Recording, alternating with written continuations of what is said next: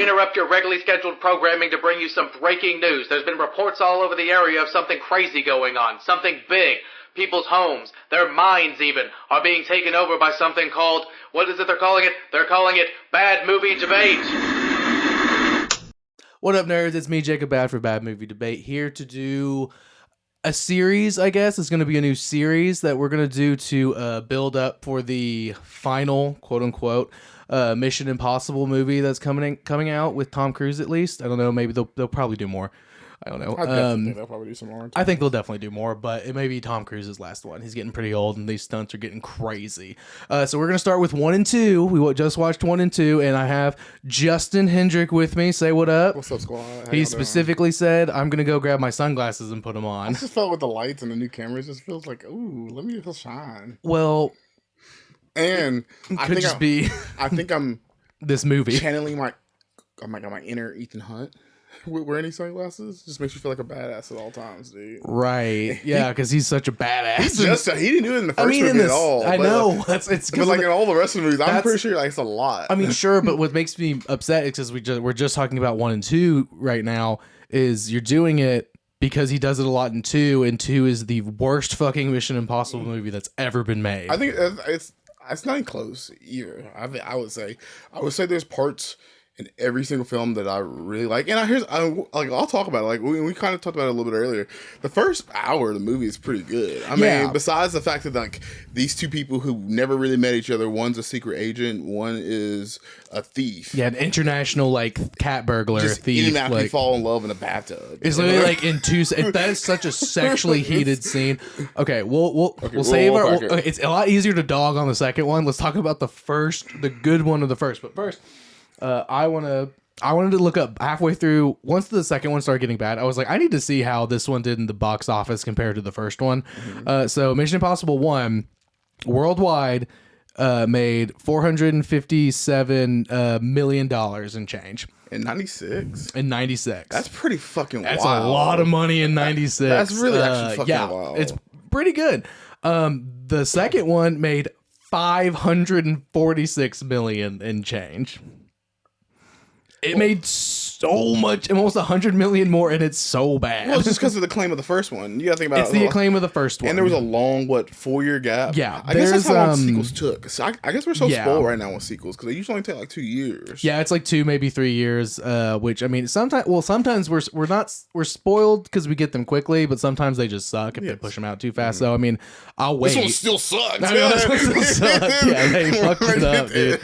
They fucked it up, dude. So bad. Okay, but we'll get to it. But the first one, I think was like, besides even the Matrix, because the Matrix is 2000. I think, Mission Impossible was like, to me, one of the earliest action films that I truly liked. Yeah. Mm-hmm. The only thing that I like rewatching it now and seeing like what's different now and now action movies, especially movies like Tom Cruise and the Mission Impossible films, even now, is that there wasn't a lot of fighting in the first one at all. No, it's purely more like espionage and spies and stuff, which is why which is part of the reason why I think the first one's so good. Yes, is because it's like, I mean, again, we're only comparing 1 and 2 right now, but like 2 is non-stop fighting and guns and stuff, and we'll get to the motorcycles eventually. But the motorcycles, dude. Oh my god, it made me so mad. Street motorcycles on dirt. So stupid. It's so stupid.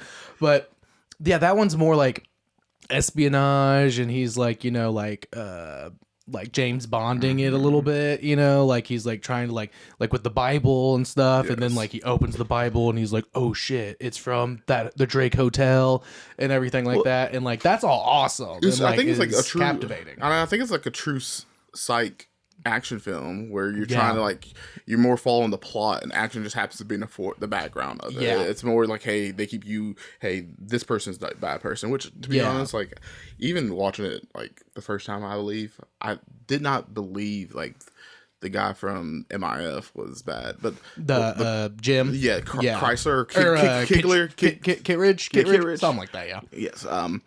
He says the same no mutts, so much we can't remember. But with the first one, and even this time when I watched it as well, is I saw like the 5 characters who had probably had like only 4 or 5 scenes together before like all the killings happened in the first one. I like them so much. No, they're great. They're awesome. Like they're like a really nice like community. Like they're all a really close team and stuff. Like Jim and then like his wife, which we talked about, crazy. He's old and she's not, and that's weird. But they both spoilers. They both suck. So yes, I guess exactly. it's fine. I guess that's why they're together. But yeah, their whole team is like super chummy, but they do a good job. You know, they're all there to do the mission and do it well and stuff. And then they all just get fucking iced, which I remember the first time I saw that, I was like, oh shit. Cause I don't think I saw the first Mission Impossible until like Ghost Protocol was coming out. And then I was like, well, I should watch all of these. And within the first like 30 minutes when all the people get iced and then they're like, we think you're the mole, Ethan Hunt. I was like, oh, I get why people are obsessed with these movies. Like I was so on board. It just keeps you entertained. I mean, especially that's what the first one does really well. Is like it's very well paced. And the pacing. And the fact of like, hey, this is where I go. The only gripe I would have when I was watching the first one, when do they get the second part of the knock list? Yeah, of the knock list. When do they get the second part? Yes. So the whole thing is because did he have it when a movie first started? So what it is? So the whole sting, it's a mole operation. So it's all fake, and they say, "Oh, you have." Like he has a knock list, but it's just the code names, and he needs the other side. And then you need the other side, so you can match up like code name, whatever. Like War Eagle is actually Justin Hendrick or whatever, you know. So I guess they did actually have that. Like I guess it started that way. Okay, I think like the guy who gets iced, and then it ends up being it was the French dude who iced him. I think he does actually have that. Yes. But they're like, oh, it's fine because there's a second team there. They're like, there's no way we'll lose it, but then they do lose it because they were looking for a mole and they didn't find the mole. They found they found Ethan instead of Jim. So I guess they actually had it, and then that's why they have to go into the CIA headquarters and like take the second half so they can talk to Max and blah blah blah. Blah. Yeah, at least I think. That makes sense. I don't know. We just watched both of these back to back. Exactly. We literally got done like 20 minutes ago. That's a long 4 hours ago. Yeah, and to be honest, they're probably like, I think, and this is what I will say about these two movies, is I think these are the least rewatchable of the rest of them to me. Yeah. Because I can say I've seen these probably, this probably maybe the third or fourth time I've seen, I'd say this probably is the third time I've seen, probably the fourth time I've seen the first one, only the third time I've seen the second one. I think I was gonna say second time I've seen the second one, and then I think 4 times. I think I've seen the part of the second one a lot. Yeah, like bits and pieces and turn it off.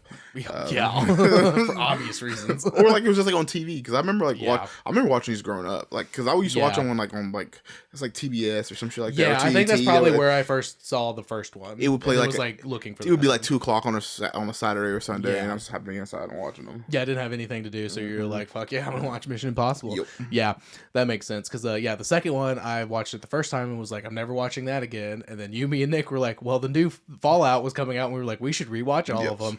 And then I was like, I'm never watching that again. And here we are. I hope to God I don't ever have to watch it again after tonight. It's so fucking bad. But let's talk pros of the first one. Espionage and like there's like thrilling action. So for me, it was like it felt like it's based off of. It's basically a reboot of like a 60s TV show. Is it? Yeah, it's a reboot of a that same name and the title like dun dun dun dun was the theme.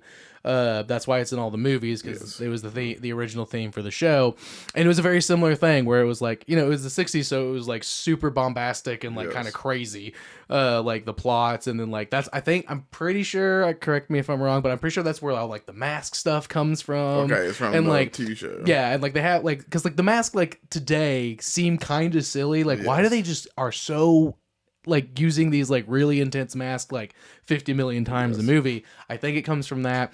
And then but then like especially the second one I think they do a lot more than the first one. It's crazy, dude. And then the stuff with like the your mission, if you choose to accept it, this will self-destruct, like all that's like from the OG and stuff show. So I felt like this one was cool because they kind of paid homage to maybe not the TV show, I haven't seen it, but there's like an old school like kind of like filming to it. Like there's certain shots of like the I can't remember Jim's wife, whatever her name, Claire, like where it's like they did this old Hollywood thing where like her face is like more glowing because there's extra light because she's a woman, kind of a thing. Even though she like does badass stuff, but like when it's like will they, won't they kind of moments, they like do that old school kind of filmmaking technique, and they just do like a bunch of like the way they use shadows with like on people's eyes with like looking through slits and stuff. That was all super classic. Like, and I'm like, dang, this is like really like kind of harking back to like a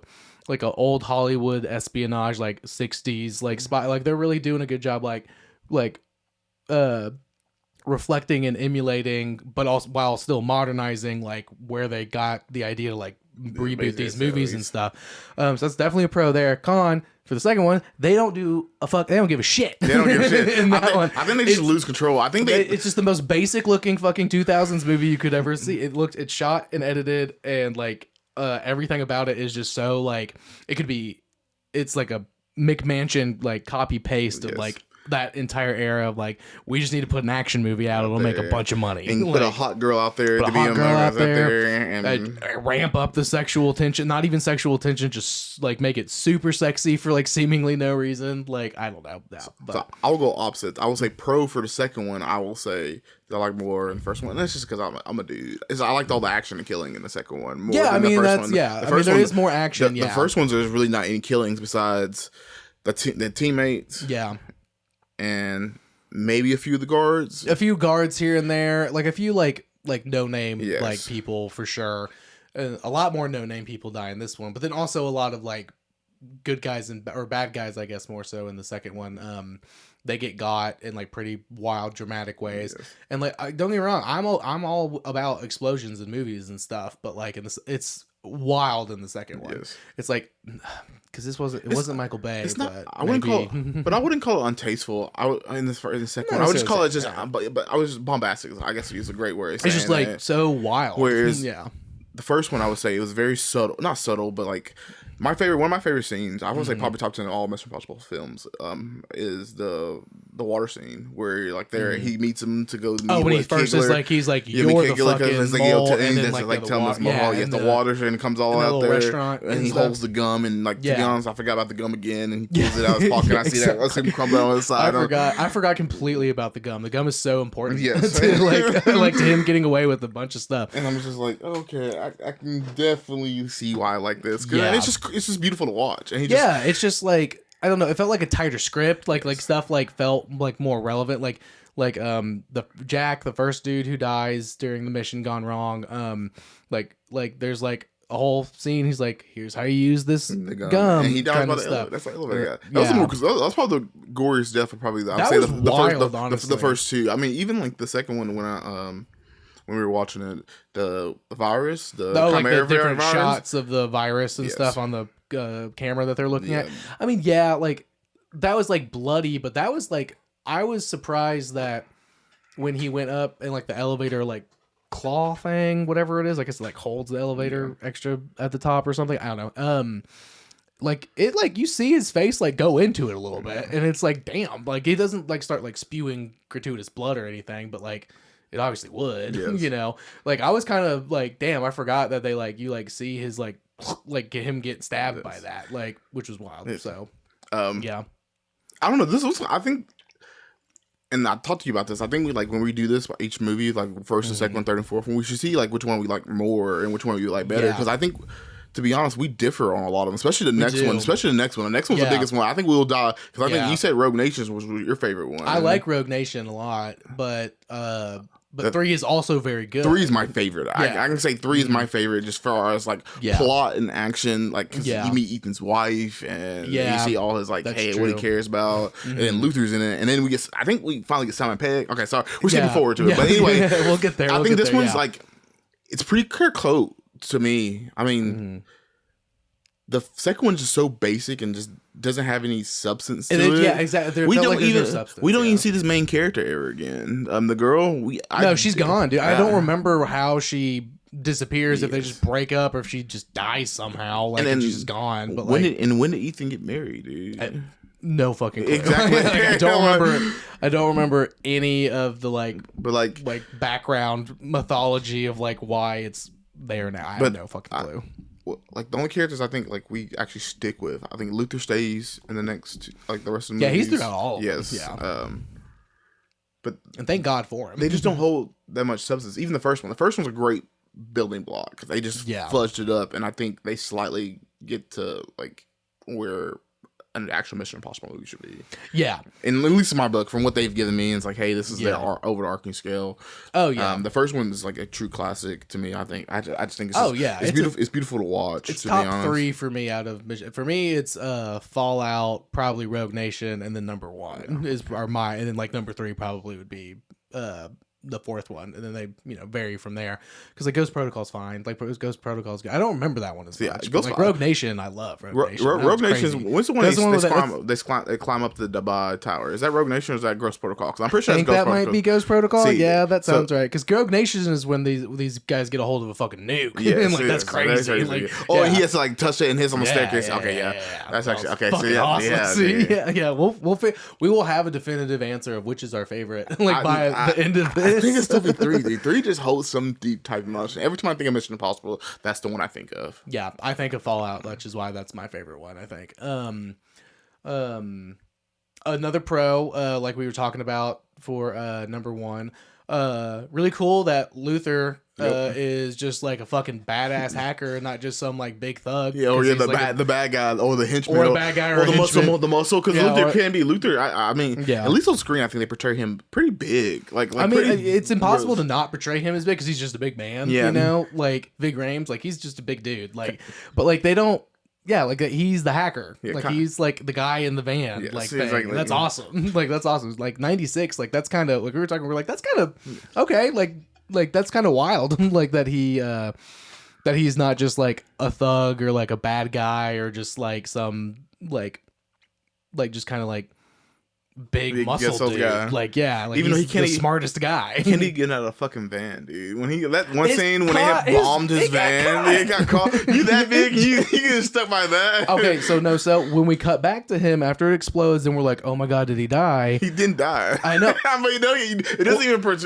No. I guess we'll get to the second one. His coat, the arm of his coat is completely off. And it's like a leather jacket, so he ripped the entire thing off using like he's a big dude. He like rips his the fucking arm of his coat just like so he has like a one-armed coat now. Like you see him and he's like, oh, she's in the building. And he's like, yeah, I fucking know. Like I'm getting shot at and stuff. But like yeah, so I mean he uses his muscles in that, but like that's an important scene, dude. Do you think we're gonna lose the fucking smartest guy on the team? It would be classic for a black actor to die. This isn't a horror. This isn't a horror. This isn't a horror movie. It's still the 90s though. It is still no. Well, it was 2000. Close enough. It was shot in the 90s and written in the 90s. By that bastard. I wonder what takes him so long to shoot these fucking movies. Because I was looking at the time gaps also between like all the movies. Most of them are like between 3 and 4 years, to be honest. Yeah, well, I mean, a lot of it's on location stuff, true. Which I appreciate and is good. And so you have to work around that. And the practical effects. And the practical effects, which they do a lot of, which is awesome. And then honestly, a good portion of it is probably figuring out how Tom Cruise can like ride a motorcycle off of a cliff safely before they practice it and then they shoot it, like I wonder who has to be the smuck or stunt double, who has to like do that before Tom Cruise gets on there. Well, that's the thing. It's like all these stunts for that matter. Yeah, you always hear like he's like he does all of his own stunts and it's like great. But who's the guy who has to test drive the stunt before they start rolling, and then Tom Cruise does it for the actual movie? Because they're not going to be like, yeah, this should work, and then just throw him in there. Like you're fucked. Like at that point, because I can't remember. There's one where he jumps from one building to another, which does not narrow it down, obviously. But like he like the way he lands, he like breaks his foot or something, and then like runs out of the scene, and they like stop filming for like a month while his foot healed and stuff like that. So you kind of can't, you have to like have somebody else there to like deal with that and deal with that shit. Yeah. I mean, you can also just film around him. I mean, he's not in every scene. At least in the first one, he wasn't in every scene. In the second one, he wasn't a lot either. There's a lot of things I would say. I mean, he's the main actor. Yeah, I mean, he's the guy. Yeah, he's also because I noticed on the first I'm assuming it's gonna be for all of them. He's one of the like main producers too. Yeah. So I mean, like, you know, his foot was healing, and you know, it was like, okay, well, now we just have to shoot everything else that I'm not in until I can like run again and stuff like that. But I will say this, to be honest, and there's not many actors out there who I think do this really well and like in a real time, like with like not a lot of practical effects. Yeah. No actor I know runs as well. Tom Cruise runs. Dude, he running, dude. Like when he runs, like you can tell he's I mean, it looks like he's busting ass, but he looks like he's giving it his motherfucking all, dude. And that's the one thing, Tom Cruise, dude, you that guy. No matter what they say about you, your Scientology and yelling that fucking shit, dude, you be running at yourself and yelling at yourself when you're running, dude. Yeah, I mean, you gotta give him big ups for doing his own stunts in a suit, too. It's sometimes in the suit. It's most not of the time always, it is in the suit. Like 50%, like 50-50, he's in the suit or he's not. Still. I mean, the first one, in the very beginning, he was running in a suit, full fucking ass, like hauling ass, like for... I mean, the first like 30 minutes of the movie, he's running around. I wonder when he runs a 40-yard dash. You know, I should ask ChatGPT this. Yeah, ask ChatGPT how fast his 40 is. I mean, okay. Also, speaking of, while I'm getting on my phone, I did have some stuff I wanted to look at, and I will go over that right now. How many times do you think, and we kind of talked about this, but I'm pretty sure you already don't remember, how many times do you think mission was said in the first movie? Oh, right. It was, like 27 or something? Yeah, 27 times. 27 times the word mission is used. It's only said 14 times in the second movie. Which is insane. Yes. But also... Anthony Hopkins specifically says "Mission Impossible" in a sentence, like he says those words back to back. So that's always fun when they do that. And then also I noticed. So remember, I was like, Anthony Hopkins is in this second one, right? Yes. Like, and you were like, yeah. And I went to IMDb to like go look at whoever else was on it, and I was like, why is he not at the top? Like, why is he not one of the top build? It's Anthony Hopkins. He should be like right next to Tom Cruise in terms of like billing and stuff. And that's usually how it's listed. He is near the bottom because he's uncredited. Like he is in it, but like if you like during the title sequence, like it doesn't say Anthony Hopkins, but Anthony Hopkins is the guy who calls him in for the mission, gives him the mission at the beginning, and then he talks to him at the end, being like, okay, we're gonna wipe all of her debt and stuff, like go on vacation. But he's not like credited. He doesn't have a credit in the movie. And I'm just like, do you think he saw the final cut and was like, yeah, take my name off of this? So he's like, you can use me and like I'll take your money, but like don't put my name on this fucking trash movie. Because it's like when you go to look at him, like, yeah, what movies is it? And it's like it won't come up. It won't come up at the top.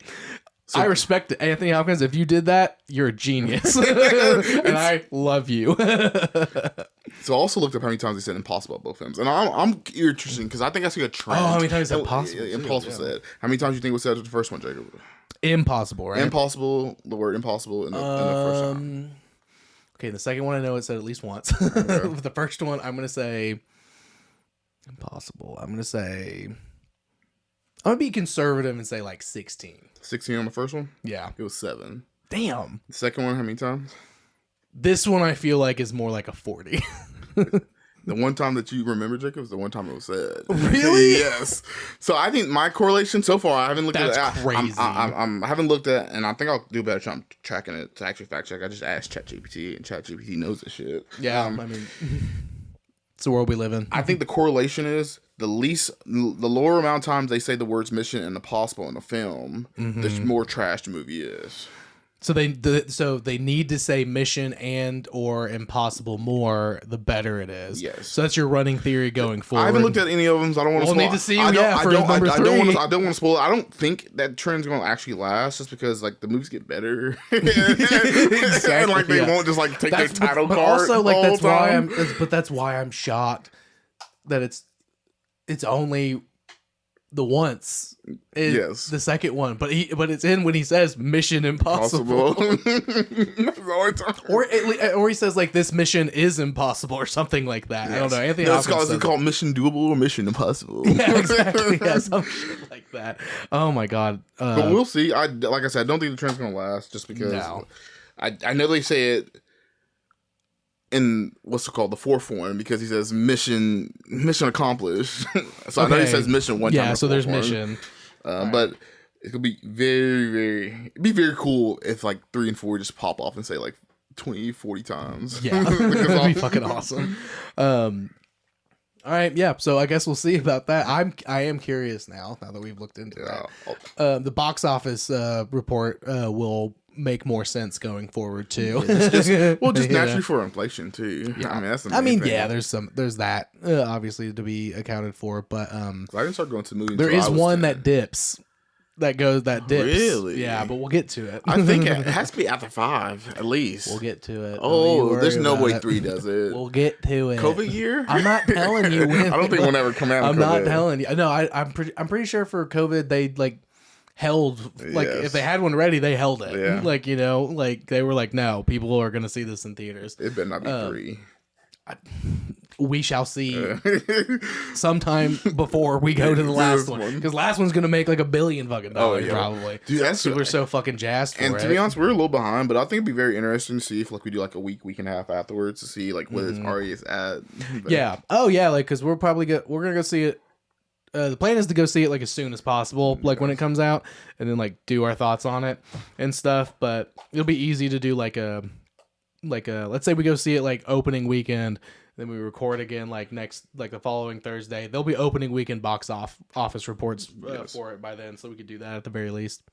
I'm trying to see when does it actually come out? It's like May 20 something, like 23rd. I think it's like 18th or 23rd. I think you're right. I hope it's the 23rd because May 18th is very soon. We got a lot more movies we gotta watch. It is the 23rd. So Nice. We got time. Pull that out of my ass. Well, I'm thinking there's more good to talk about in the first one. Yes. I feel like I had something else specific that I wanted to bring up. We talked about the I didn't like the filmmaking. I didn't like the love interest in the first one. I will say. I just thought. Well, it was like, was it even there? I guess it really even wasn't the Kim thing. Yeah, that was probably the weirdest thing about the situation is the Kim and Job thing. Not Job, but what was his name? Which one? Job was Jim's. Yes, Jim. Undercover, like his evil. Yes, so name. Jim. Yeah. I didn't like Jim and Kim. Claire. Whatever. Yeah. Jim and Claire, just because like it just felt weird, and also. Did Jim there were sometimes his hair looked gray to me, and sometimes it looked brown to me. Did you I don't know if you noticed that it was. Like, I couldn't tell half the time. Yeah, I was like, it was very weird because like I remember in the first few scenes it looked gray. Yeah, and then like in the middle movies it looked brown, but then it would turn back to gray, and I think it turned back to gray. Yeah, so it was one of those. It's one of those things where it was like that actor is great. Yes. I can't ever remember his name. He's Nick Cage's dad in National Treasure. Great role of his. He does amazing in that. And he's older, because that's like 8 years later the first one of those comes out. But I just don't understand. It's one of those weird things where like it's not that he's a bad actor. He's a great actor. But he's also Ethan's like mentor. So you couldn't make him too young. He couldn't be like the same age. He had to be like his mentor. And then I guess they wanted to play off like a love triangle thing where like, oh, okay, Jim died, Claire survived, they were married, and now there's like a will they won't they. Turns out Claire's in on it with Jim, and they're both trying to fuck over Ethan, but she doesn't want Jim to kill Ethan. Yeah. She just wants to like let him go. Let's just take the money and run and stuff. And so then Jim pops Claire. If you haven't seen these movies, just it's your fault. It's almost 30 years old. It's almost 30. We got one more year for it to be 30 years old. It's fine. No spoilers for any of these. So 30 or 20? Just so you know, no 30. Yeah, 30. Yeah.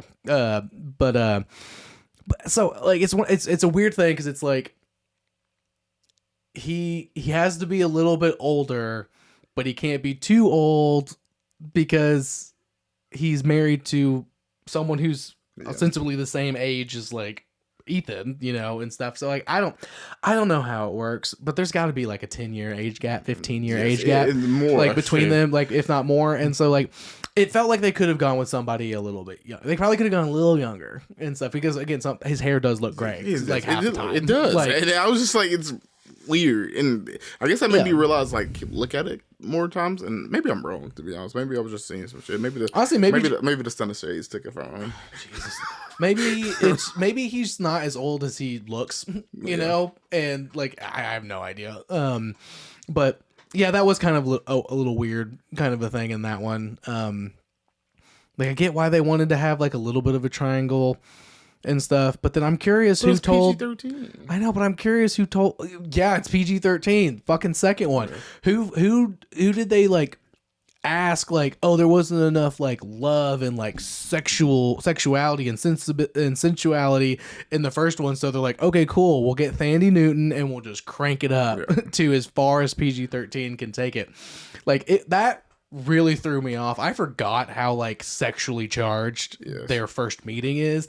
And then it's like, okay, the next day, they're banging. They're seemingly madly in love. After like racing to the death, like death race, or car tag. They played car tag and they almost died. And which you were like, that's not how gravity works. Like, when she's like hanging off the edge, and like, that's just not how that would work. Like you're right. You jump in somebody else's car, all hang off the cliff. Yep. It just stays perfectly still, just doesn't move. And then you just pull this girl up into your lap and just still stay still. And y'all stay there. You're still in the longing to their eyes. I guess that was the worst part about that fucking movie. But what's crazy too is about that movie is like part of it, and it's hard to say this, it's not his fault. Hans Zimmer did the job that he was paid to do, and the score is very good. I disagree. I think the score to me is more like ethnic score, I would say. I mean, that's in there because they're in Spain for most of the movie, that's you know? True. So like, but I'm saying the music he did was good and worked for the scenes that he wrote them for. Just why did we go from car tag to really intense love? That's a writing issue. That is a writing and editing issue. Well, neither one of them should be there. Not like that back to back. Like, yeah, it's just the way tub scene was enough. Yeah, we get it. It's crazy. Well, because it's tub scene, and then the next morning, or like the next day, or no, it's the car scene. It's tub scene, car scene. Next morning, they're in bed. Yep. Like, bang, bang, bang. Yeah, and then he's like, Anthony Hopkins is like, oh, I thought you wanted her as a thief. And they're like, no, we want her to go in there as the, like, damsel in distress ex-girlfriend because he'll fall for it and stuff. And he's just like heartbroken. He's like, I can't do this to her. And like, oh my God. It's just like, dude, you guys have known each other 3 days. like, calm down. I don't know. That just threw me off. I think the love triangle interest, regardless of the age factor, makes more sense in the first one than in this one, because it's just like, it just felt so like heavy-handed. Like it was integral to the plot, okay, but it was just so heavy-handed up top. It's like, these guys really love each other, and you need to know that now, because now here comes Anthony Hopkins saying what the real plan is, and we got to get this 2-hour movie going. Yeah, kind of a thing. So we can get to these car explosions and the motorcycle fight. Oh, we ain't talked about the motorcycle fight yet, dude. Okay, yeah, we do need to wrap it up. I do think we probably have clips 45 minutes. Probably. The goal is for these to be a little shorter. Yeah, so that way we don't need 4 hours. Just us talking about movies. I think 2.5 hours would be perfect. Perfect. And I think these probably should be the short ones. But what was I fucking looking up? I forgot what you looking up. What were we talking about? Motorcycle. Oh, the motorcycle scene. Apparently, this is the only one that is shot, I think, in Spain. Yeah. 2, it was the only one that I think there's 2 people in a motorcycle, like, in the motorcycle crashes. I think, like, they actually, like, crash into each other. Yeah. Like 2 running motorcycles, at least. Interesting. Which ChatGPT, man, clutch out there. Actually, I really want to use ChatGPT because it scares the fuck out of me. So, I really don't use it that much besides. And yet you're filling it with Mission Impossible information. the shit that don't matter. That's all it needs to know. I guess that's fair. So this is the only one where there's 2 motorcycles that battle. I think so. At least that's what I asked ChatGPT. That's probably for the best. Yeah. It's the worst fucking scene. I can't believe it's so fucking stupid. I understand why this one did better than the second one. I mean, the second one did better than the first one, but like, It really shouldn't have. In terms of like, I guess media wasn't that much of a thing like it is right now because like it would get torched and like no one would see it. Like, yeah. Well, I mean, obviously there wasn't like TikTok where people could just roast it and like make roast memes and videos about it. Did the director ever direct? The first director he ever directed another Mission Impossible? I don't know. Okay. He did not direct this one. Yeah, it's a different screenwriter too. Okay. I don't know if they go back to if they like keep bringing behind the scenes people more because the only behind the scenes people that I can like off the top of my head recognize is Tom Cruise. It's Cruise because it says a Cruise/Wagner production, so it's like Tom Cruise and then whoever Wagner is, like they're like executive producers on it, so they're executive producers probably on all of them, so they get to have some final say in like how things go and everything. But the director, the writer, and the director were different for these two. I think part of the reason the first one didn't do so well is it did well. $400,000 in 1996. Probably lesser than all the rest. Less than the fucking worst one. Is it like the worst one got less than 400,000? Yes. Okay. Yeah. But this one, I think it's like, so you're telling me Tom Cruise, who wasn't like a huge, like, I mean, he'd been in some stuff, he'd been in like a good bit of stuff, but like wasn't like the big ass name he is now.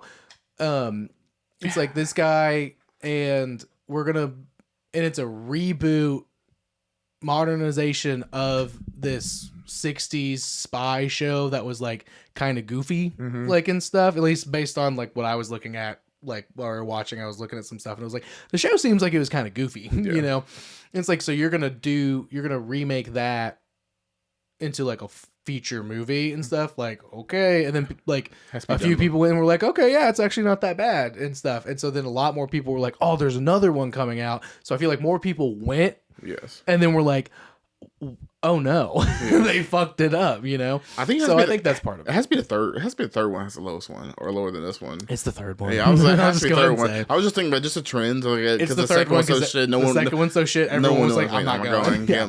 And then they're like, oh shit, no, this one's actually amazing. And then they figured it out. And then it skyrockets. Yeah, and then everything. I think everything from there goes up. Still think it's the best one. Is it the lowest rated one? No, it's definitely not the lowest rated one. Second one. Yeah, let's look at that real quick for these two, what the ratings are. And then we'll wrap it up. So we're not, again, trying to be shorter. Because, I mean, to be honest, I think me and you, the third or fourth one, I think is going to be our longest one. So next one I think will be our longest one. Let's see. Because unless I'm missing something that I'm like my childhood, because I haven't seen it in a while. I haven't seen a lot of these movies in a while. Besides, like, I haven't seen any of them since we did our build up to Fallout. Like a lot of these older ones I haven't seen since then. Let's see. Mission Impossible. No, not the Final Reckoning, bro. Yeah, we've been on for at least 30 minutes. Advertising to me. That one. That one's got a 66 on Rotten Tomatoes. Oh, on the first one? The first one. Okay. Okay, now let's look at 2.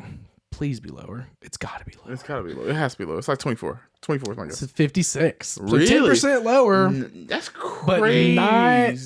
But not a lot lower. I mean, but action films genetically don't do that well. I mean, yeah. That one did get a 42% from the audience, the second one. Let's see what the first one did for audience. 66 critic and load. There it goes. 71. Okay. So positive reviews on both sides for the first one. The second one, critics were like, it's whatever, but the audience hated it, as they should have. Yeah, because, the first director is Brian De Palma, who is like, he's done so many. He directed Scarface, The Untouchables, the original Carrie movie, Dressed to Kill, Carlito's Way. He did a bunch of crazy shit in the 80s, so that makes a lot of sense. Yeah. Snake Eyes with fucking Nick Cage. Come on. Come on. This great horror movie, thriller movie called Sisters. Yeah, Brian De Palma has a super impressive resume, and the other guy just did not do it. Was not the guy. But yeah, so good job, Brian De Palma. You knocked it out of the park. That also explains why there was a lot of like homage and like old style filmmaking techniques, like in a modernized way. Because he's kind of a goat. Did he do on his list? You see any sequels on there? No, like Mission Impossible wasn't even like when I went to like his movies. Like that wasn't even one of the first ones. Yes. Like he's known for so many other things. Man, I guess he doesn't make. It's one of those ones where it's like he's like like I could use a paycheck, and then was like, oh, this is kind of cool, and then he like put like his twist 100% on it, and made it awesome. It also makes sense why some of the like stabbing scenes and like the bloody scenes are like a little more, and like this with Jack getting stabbed and stuff makes sense because he did like horror thriller kind of a thing, mostly thriller, but gory, more gory than you would think. All right, so first one's great, second one sucks. Yeah, second one's probably going right. That's the worst one we're gonna watch. Yeah, second one's. I think it's the worst one. I think the hard one after this one. To me, I think the hardest one's like which one do you rate 7 and which one do you rate 6? Yeah. Which one's the second? Because I know pretty much what's in my top 3 or 4. Yeah. 5, 6, and 7. I don't know. Yeah, I don't know because like Fallout, I think is number 1 for me still, but and then Ghost or I think it's Day of Reckoning. Day of Reckoning might be 7 for me. Day of Reckoning, yeah. It was just. Oh wait, that's the newest one. I haven't seen that one yet. Okay, you haven't seen the new one? No, I didn't see it in theaters, and I wanted to wait because I was like, well, I'm just gonna wait. So he's waiting for the podcast. No, well. Sure, but it was more so I was waiting. I was like, well, I don't want to have to be like everybody else and have to wait like 2 years for. I think it's been longer than that. I'm pretty sure it was like a 2021. Well, maybe I feel like it's a pretty quick. It's definitely a decently quick turnaround because they were like, I think they like just filmed. They filmed all of the first one and then almost immediately got into filming the second one. I could be wrong about that, but I don't know. I would think they would have gone straight into filming. Let's see. Last one came out in 2023. So 2023. Okay, so just 2 years. Yeah. I guarantee you though they had the movie ready in like 2021. They just couldn't do because COVID and the numbers were fucking shit, and they just kept pushing back. Oh yeah, see, well that's another thing. They were probably already like deep into filming. The second Final Reckoning was probably like 65% done. Yeah, July 12th. Yeah. So yeah, that was a summer box. Big what's it called? Oh yeah. Yeah, they were probably I would say like 65 to 70% of the way done with Final Reckoning when Day of Reckoning came out. So, but yeah, I missed it in theaters and I was like, fuck it, I'll just wait. I was like, I'll just wait, and it's been fine. It's just 2 years. Yeah. I mean, I've been hearing and hearing from people and seeing a lot of stuff that was like, yeah, it's good, but like it felt. You can tell that there's like a pause, and then we'll get the rest of the story later, kind of a thing. To be honest, that's the one thing I hate about sequels. And it's a sequel. It's just like like the one part I loved about my favorite second film I think of all time, which is Amazing Spider-Verse. Across the Spider-Verse. Yes, Across the Spider-Verse. Is because it kept feeling like that movie was going to like keep going. Like I didn't think the story was over. That film felt so easy, and like I could have watched 2 more hours of that movie, and like this like kind of where I'm pissed about that film, dude, because it said it would be out next March. At the end of it, in theaters is literally like it'll be out next. So it's only been 2 years, and they're saying it's gonna be 2026, maybe if we're lucky. Exactly. Well, we all know that dude needs to just get in that booth and record and get over it. Oh yeah. Josh Allen needs to go ahead and marry her, and then it won't matter. Well, now he's got Michael B. Jordan to deal with. Dude. Oh yeah, you've been seeing all that. Yeah, shit? Exactly. Especially because they're gonna be sequels of this shit too. Allegedly, hopefully, I hope so. Yeah, Sinners is great, but yeah, I've been. You've seen some of those like those memes and stuff, like videos people are making about like Josh Allen. It's crazy. It's crazy, dude. It's like spoilers for Sinners. She full blown spits in Michael B. Jordan's mouth. I still haven't seen it yet. No CGI. Spits in his mouth. Wasn't in the script. But they went for it, and they were like, yeah, that works. And Josh Allen had to sit there opening night and just, oh wow, that's great. But you do need to see that movie as soon as possible. It's fucking amazing. And it's not. Austin wasn't scared. You won't be scared. I know you're not a big horror movie guy, but like, you'll like it. It's not my favorite genre, especially in theaters. I would say this is theaters is always scary movies are always like terrifying in theaters. Like I can watch them when I'm at home, but like when they're at theaters. Nah, this one you need to give everybody involved with this movie some of your money by going and see, and more importantly, you got to see it in theaters. It's such a beautiful experience with all the music and everything. It's fantastic. But anyway, so that's Sinners. Go see Sinners. We are short on that one. Yeah. Anyway, Mission Impossible. Go check out my last video. Check his last video. Yeah, there you go. Hear more about Sinners. It's the best movie that's ever been made this year, at least. It's early. It's early, but I mean, it's fine. It's fine. Mission Impossible 1, great. 2, absolutely sucks, but it only goes up from here. So stay tuned for that. We will end with seeing the last one, and hopefully it's hopefully it's good. Hopefully it's the best movie of the year. Hopefully it's the best movie of the year. Probably won't be though.